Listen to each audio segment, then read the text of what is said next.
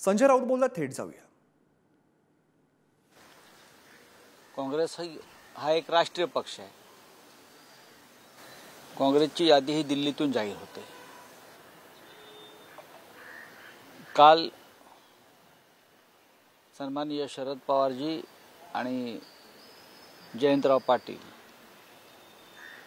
हे मातोश्रीवरती आले.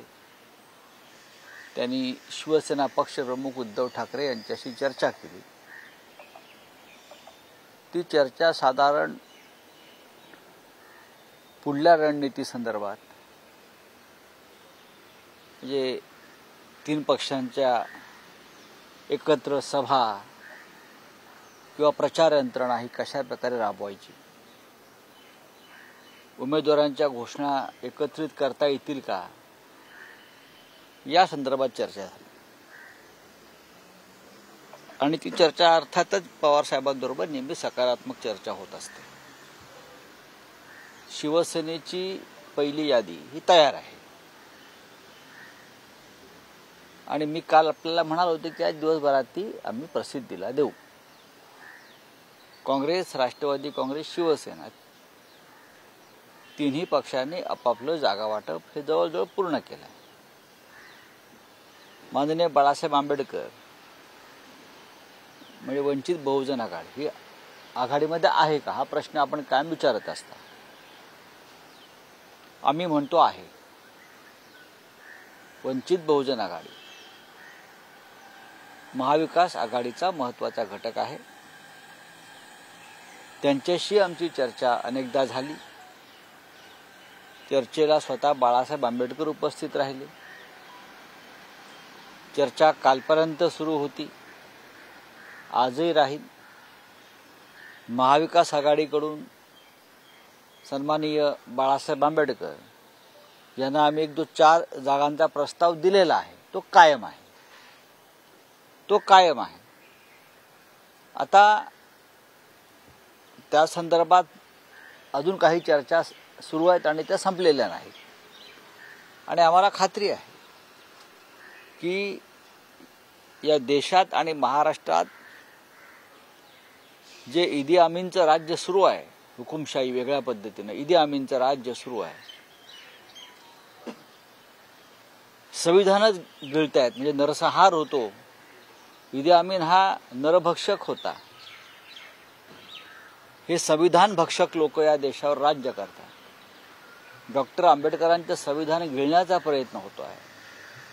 अशा वेळेला आम्ही तिन्ही प्रमुख पक्ष महाराष्ट्रातले आणि देशात इंडिया आघाडी त्यांच्याबरोबर संविधान रक्षणासाठी बाळासाहेब आंबेडकर हे आमच्या बरोबर ठामपणे उभे राहतील याची आम्हाला खात्री आहे. नाशिकमधून छगन भुजबळ निवडणुकीच्या तयारीत आहे. आता असे तयारी सगळेच करतात, पण त्यांना ती जागा मिळायला पाहिजे. बरं, जागा त्यांची काही अजित पवार देणार नाहीत ना. शरद पवार असते तर कदाचित मिळाली असती. पण आता दिल्लीचे जे त्यांचे गुजराती नेते आहेत, पवार भुजबळांचे नवीन, म्हणजे अजित पवार आणि भुजबळांचे गुजराती नेते दिल्लीमध्ये आहेत, ते ठरवतील जागा द्यायची की नाही. यांच्या हातात काय आहे? ना शिंदेच्या हातात आहे ना अजित पवारांच्या हातात आहे. म्हणजे महाराष्ट्रामध्ये जागा वाटपाच्या वेळेला पूर्वी मातोश्रीवरच बैठका व्हायच्या आणि मातोश्रीवरूनच निर्णय घेतले जात होते. आता शिंदेना दिल्लीत जावं लागतं. आता अजित पवारांना दिल्लीत जाऊन बसावं लागतं. आता श्रीमंत छत्रपती उदयनराजे भोसले यांना दिल्लीत जावं लागतं. पण महाविकास आघाडीत असलेले छत्रपती शाहू महाराज यांचं तिकीट, यांची उमेदवारी आम्ही सगळ्यांनी मिळून महाराष्ट्रामध्ये त्याचा निर्णय घेतला. हा एक फरक तुम्ही समजून घेतला पाहिजे. आम्हाला दिल्लीत जावं लागत नाही. आमचं जागा वाटप आम्ही महाराष्ट्रात करतो. आम्ही मातोश्रीवर चर्चा करतो किंवा आम्ही माननीय पवार साहेबांच्या निवासस्थानी चर्चा करतो. कारण हे राज्य आमचं आहे आणि हे नेतृत्व या राज्यात आजही पवार ठाकरे यांच्याकडेच आहे, ते राहील. आम्हाला दिल्लीची गुलामी करावी लागत नाही. उद्या बाळासाहेब आंबेडकर हे पत्रकार परिषद घेऊन महाविकास आघाडीमध्ये असणार की नाही हे जाहीर करणार आहेत. आपण आता म्हणाल की ते अजूनही महाविकास आघाडीमध्ये आहेत. त्यावरती त्यांचा निर्णय, त्यांनी ज्या जागा मागितल्या, आम्ही सकारात्मक आहोत. आम्हाला माननीय बाळासाहेब आंबेडकरांची विचारधारा माहिती आहे, त्यांचा स्वभाव माहिती आहे, त्यांचा संघर्ष माहिती आहे, त्यांचं संघटनात्मक कौशल्य माहिती आहे. त्याच्यामुळे बाळासाहेब आंबेडकर हे परखडपणे बोलतात, पण त्याच्यामध्ये समाजहित असतं किंवा राष्ट्राचं हित असतं असं आम्ही मानतो. आणि त्यांचा परखडपणा हा त्यांचा स्वभाव आहे, हीच त्यांची ताकद आहे. आणि आम्ही वारंवार त्यांच्याशी संवाद साधून आहोत. अजून एक प्रश्न म्हणजे ठाणे लोकसभा मतदारसंघावरून अजूनही तशी केस सुरू आहे आणि भाजप कोणत्याही परिस्थितीत तो मतदारसंघ स्वतःकडे राखण्याचा ठेवण्याचा प्रयत्न करतो आणि एकनाथ शिंदे मात्र प्रतिष्ठेच्या त्यानुसार एकनाथ शिंदे यांना कोणतीही प्रतिष्ठा नाही. अजित पवार आणि एकनाथ शिंदे यांना कोणतीही प्रतिष्ठा नाही.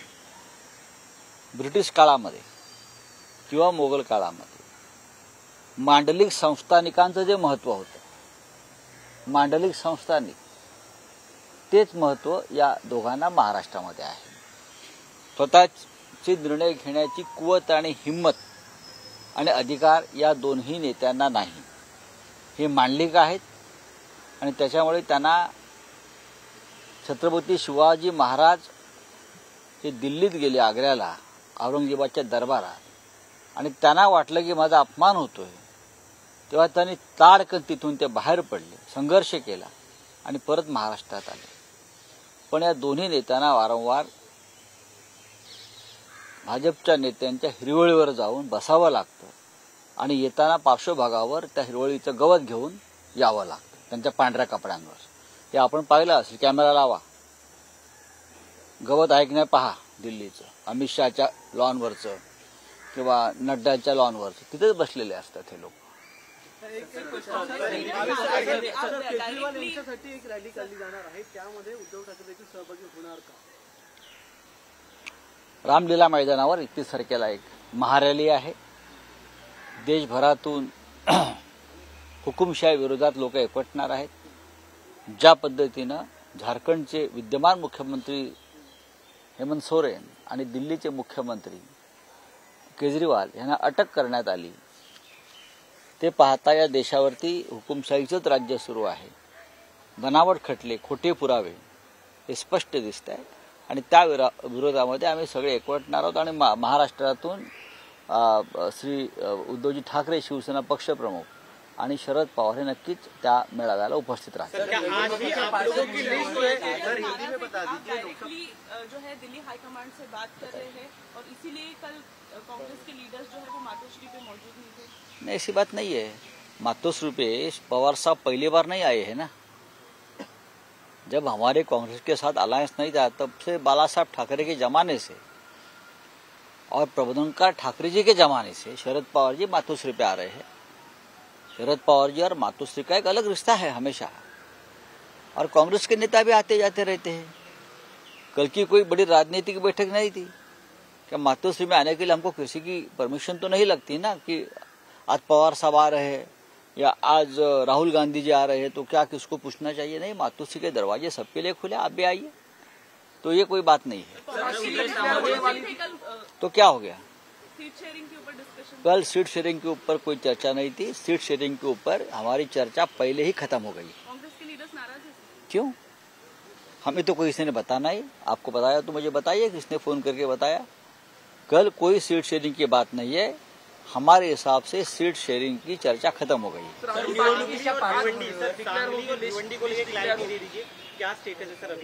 मेरे हिसाब से भिवंडी पर राष्ट्रवादी कांग्रेस पार्टी पवार साहब वो लड़ना चाहते हैं, और मुझे लगता है कांग्रेस में और एनसीपी में उस बारे में चर्चा नहीं है, अब खत्म हो गई. और सांगली शिवसेना लड़ने जा रही है. शिवसेना की आज लिस्ट डिक्लेयर होने वाली है, और प्रकाश अंबेडकर के बारे में क्या स्टैंड है, क्या कहना? देखिए, प्रकाश अंबेडकर आज भी महाविकास आघाड़ी के हमारे सदस्य हैं. हमने हमेशा बाला साहेब आंबेडकर यानी प्रकाश जी को रिस्पेक्ट दिया है, उनकी पार्टी का आदर किया है, उनके भावनाओं का आदर किया है. देश में जिस तरह से ईदी अमीन का राज चल रहा है, तानाशाही, हिटलर ने ईदी अमीन खा लेते हैं, सब नरभक्षक आदमी को भी खा लेते हैं, ये संविधान खा रहे हैं. तो प्रकाश आंबेडकर जी ईदी अमीन के साथ कैसे रहेंगे? प्रकाश आंबेडकर तो संविधान बचाने वाली जो शक्ति है उनके साथ रहेंगे, हमें मालूम है। तो हमने उनको 4 सीटों का प्रस्ताव दिया है और अब तक चर्चा उनसे डायलॉग चल रहा है, डायलॉग खत्म नहीं हुआ है। डेमोक्रेसी में डायलॉग चलना चाहिए और वो चल रहा है। आज शिवसेना की लिस्ट हो जाएगी, हमारी लिस्ट तैयार है, हम कभी भी डिक्लेयर कर सकते हैं, हमारे पास पूरा लिस्ट तैयार है। मेरे हिसाब से एनसीपी की भी लिस्ट तैयार है, कांग्रेस ने भी बहुत से उम्मीदवार दिल्ली से डिक्लेअर किए हैं। काँग्रेस दिल्ली से डिक्लेअर करते, हम महाराष्ट्र से डिक्लेअर करेंगे। सर 17 मेला निवडणुकीच्या पार्श्वभूमीवर सभेसाठी मनसेकडून आणि आपल्या पक्षाकडून देखील अर्ज पालिकेत केला आहे। मनसेने जर शिवाजी पार्क विषयी म्हणताय, करू त्यांना। या देशात लोकशाही आहे, आम्ही असं म्हणत नाही की आम्ही मोदींच्या मार्गाने जाऊ। या देशात लोकशाही आहे, कोणी सभा घेऊ शकतो ना। आता पाहूया, आम्ही या महाराष्ट्रात 48 जागा लढतोय महाविकास आघाडी। माझ्या माहितीप्रमाणे सगळ्यात आधी शिवाजी पार्कचं जागेसाठी परवानगी आम्ही मागितलेली आहे।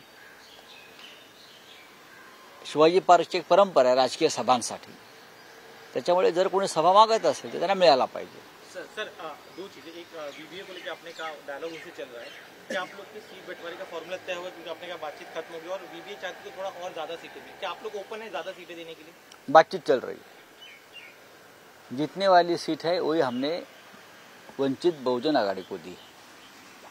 हम चाहते हैं, हम 48 सीट पर लड़ रहे हैं और 48 सीट हमको जीतना है, इंक्लूडिंग वंचित बहुजन आघाड़ी।